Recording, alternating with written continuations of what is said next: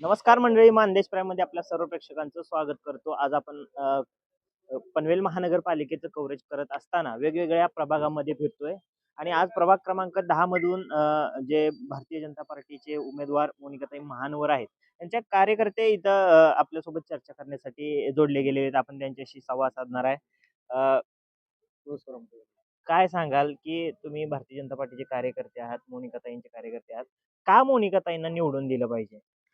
बघितलं तर 2017 पासून जे आपण पहिली महानगरपालिका आली, तेव्हा आपली ताई निवडून आली. तेव्हापासून प्रभाग क्रमांक 10 मध्ये तुम्ही जर कोणालाही विचारलं, किती कामं झालीत, कोणी केली आणि काय केली, हे सांगायची गरज नाही. जनतेला विचारा तुम्ही. जनता सांगेल तुम्हाला कोणी कामं केली. रस्त्याची कामं, काँक्रिटीकरण, पाण्याचा प्रश्न लोकं हक्काने येतात. लोकांनी हक्काने का येतात? कारण की ताईंनी कामं केली आहेत आणि ताई काम करणारी व्यक्ती आहे.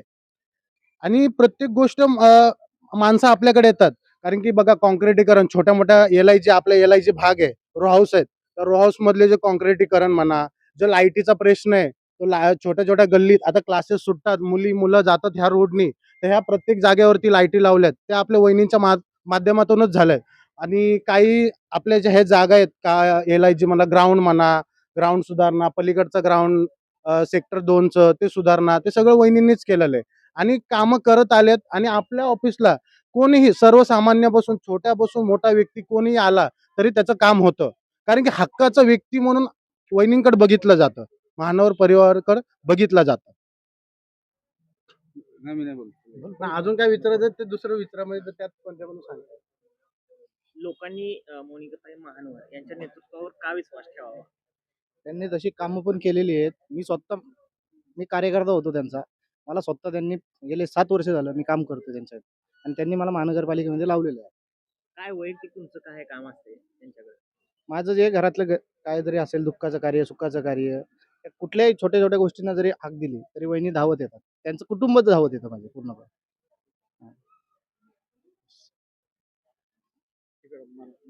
मला परत एक दुसरं काय बोला. आता आम्ही कार्यकर्ते जवळचे त्यांचे. आता तुम्ही विचारलं, की तुमचं म्हणजे काय काम होतं? आता जनतेची कामं कुठलीही आली का त्यांच्यापर्यंत नाही आमच्या जवळ आले, "बाबा दादा असं-असं काम आहे. आता आमच्या इथं हा प्रॉब्लेम आहे. माझ्या सोसायटीमध्ये बाबा हा कचरा साठलाय, हा प्रॉब्लेम आहे किंवा हा रोडचा प्रॉब्लेम आहे, ब्लॉकेजचा प्रॉब्लेम आहे." आम्ही वहिनींपर्यंत पोहोचवतो. त्यांना घेऊन जातो.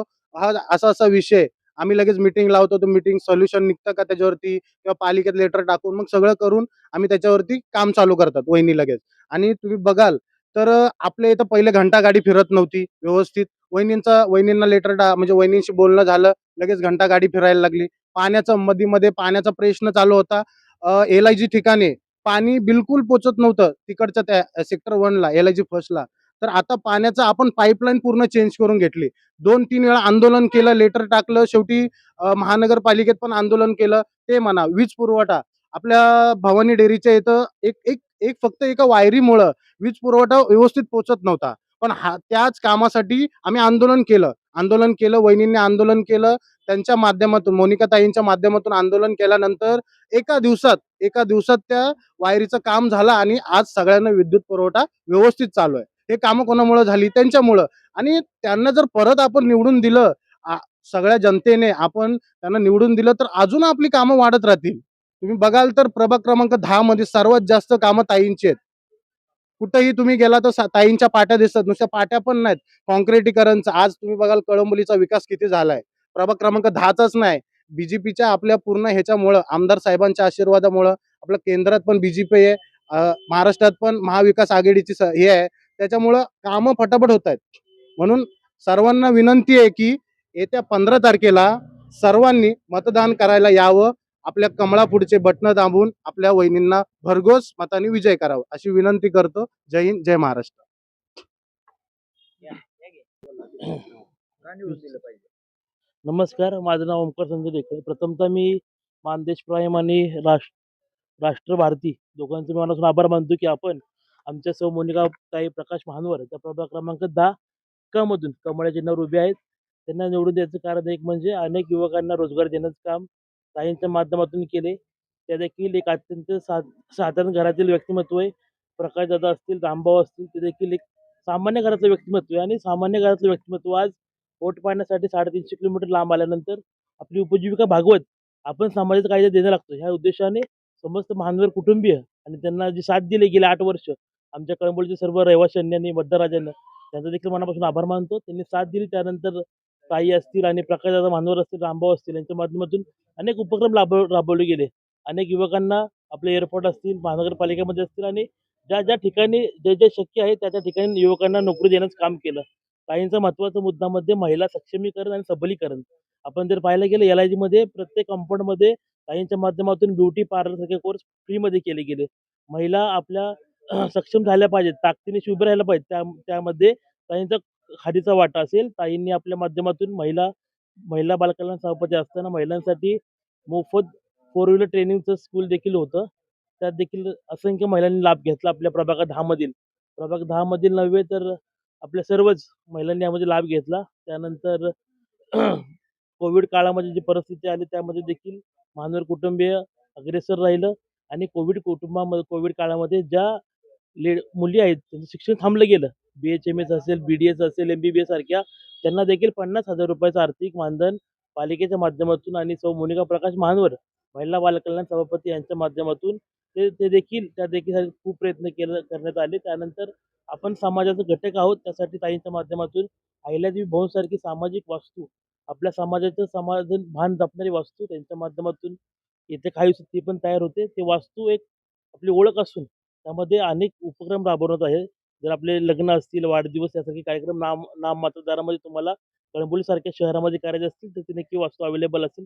आणि आपल्या मेंढपाळाच्या घरातील मुलगा असेल किंवा सर्वसामान्य घरातील मुलगा असेल, माथाडी वर्ग असेल, अनेक वर्गातील मुलगा असतील, त्यासाठी मोठे शिक्षण अधिकारी जे घडतात त्यासाठी लायब्ररी ते देखील त्या वास्तूमध्ये चालू केली जाईल. अद्ययावत लायब्ररी असेल.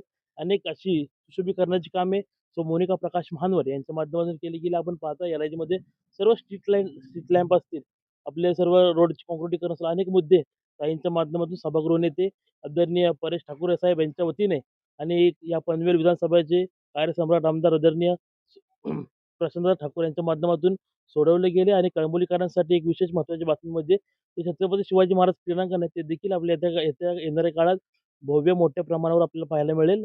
ते देखील आमदार साहेबांच्या वतीने असतील, परेशजी ठाकूर असतील आणि सौ मोनिका प्रकाश महानवर महिला बालकल्याण सभापती, माजी नगरसेवक यांच्या माध्यमातून हे देखील आपलं कळंबोली चित्र पालटताना दिसते. येणाऱ्या काळात आपण सर्वजणांना विनंती करेल, आपण प्रभाग क्रमांक 10 मध्ये सौ मोनिका प्रकाश महानवर यांची निशाणी कमळ असेल. आपण कमळ या चिन्हावरील बटन दाबून आणि सर्वच महायुतीचे उमेदवार जे असतील कमळ आणि घड्याळ दोघांचं चिन्हाचं बटन दाबून त्यांना प्रचंड बहुमताने विजयी करा. धन्यवाद. आवाज माणदेशाचा, माणदेशातील प्रत्येकाचा. माणदेश प्राईम सबस्क्राईब करा आणि अपडेट रहा. नवीन व्हिडिओच्या नोटिफिकेशनसाठी बेल आयकॉनचं बटन दाबा. धन्यवाद.